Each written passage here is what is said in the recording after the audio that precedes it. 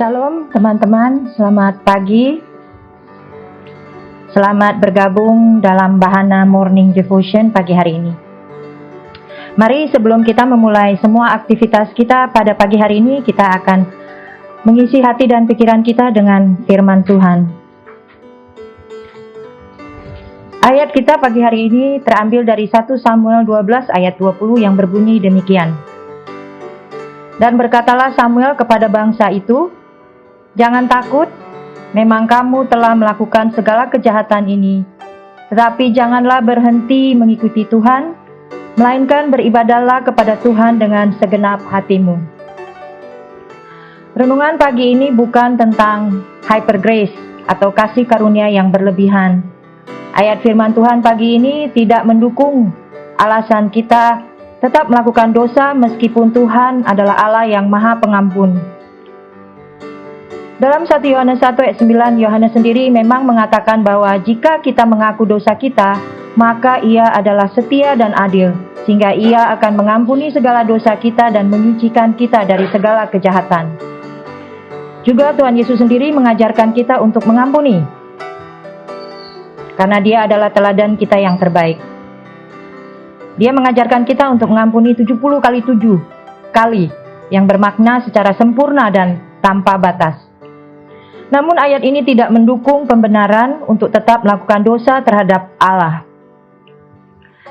Latar belakang 1 Samuel, ayat renungan kita pagi ini adalah ketika Samuel memberikan pidato perpisahan kepada bangsa Israel. Siapa yang tidak mengenal bangsa Israel?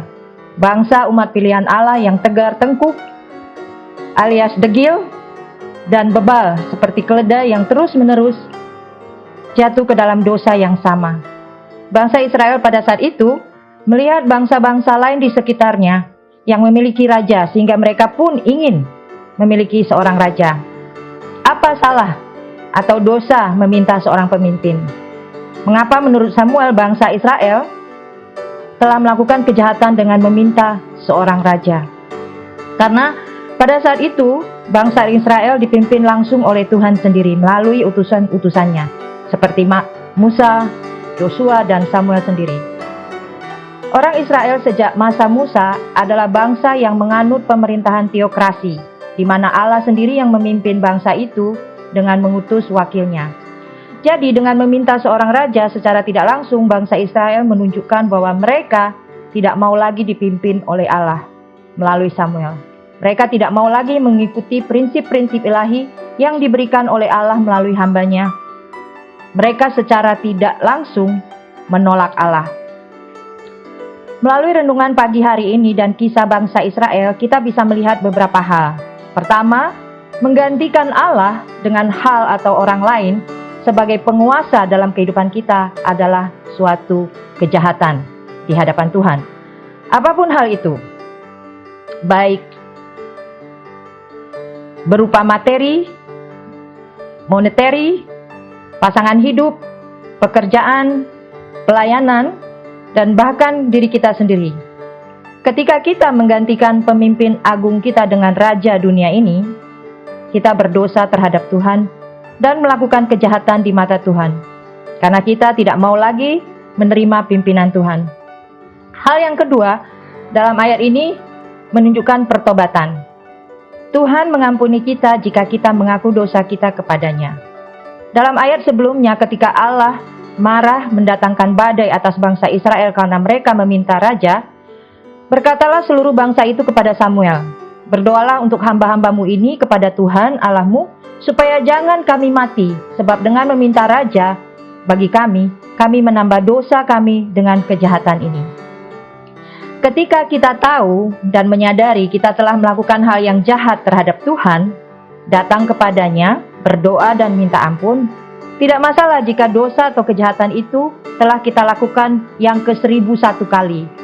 Tetap datang kepada Tuhan, karena jika tidak, kita menambahkan kepada dosa yang telah ada dengan dosa kedegilan. Tidak usah malu atau merasa tidak pantas untuk diampuni. Memang kita tidak pantas. Tuhan mengampuni bukan karena kita layak menerimanya, tetapi karena Dia mengasihi dan sayang kepada kita.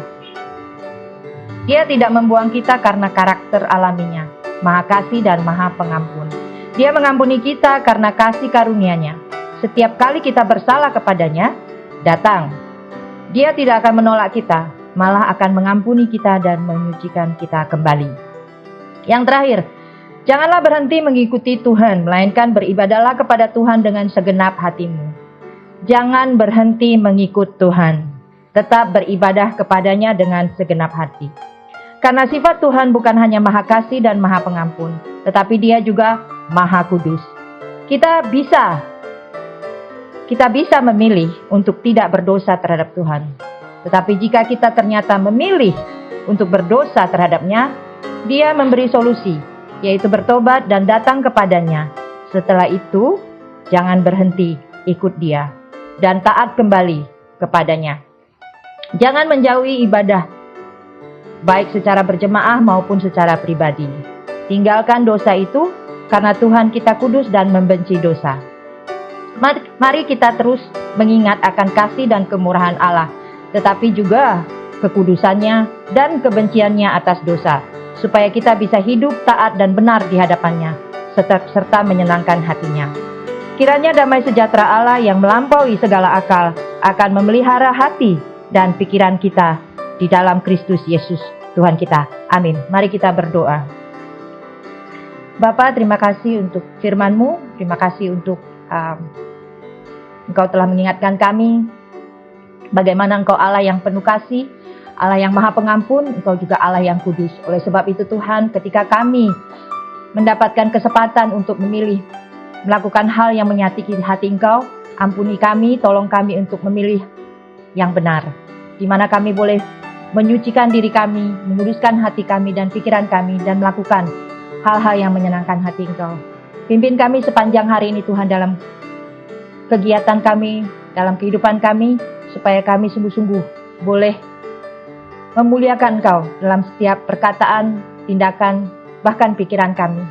Kami serahkan diri kami masing-masing ke dalam tangan-Mu Tuhan, dan kami percaya apapun yang kami hadapi hari ini, semua itu ada di dalam rencana dan pertolongan-Mu. Hanya di dalam nama Tuhan kami Yesus Kristus kami berdoa. Haleluya. Amin.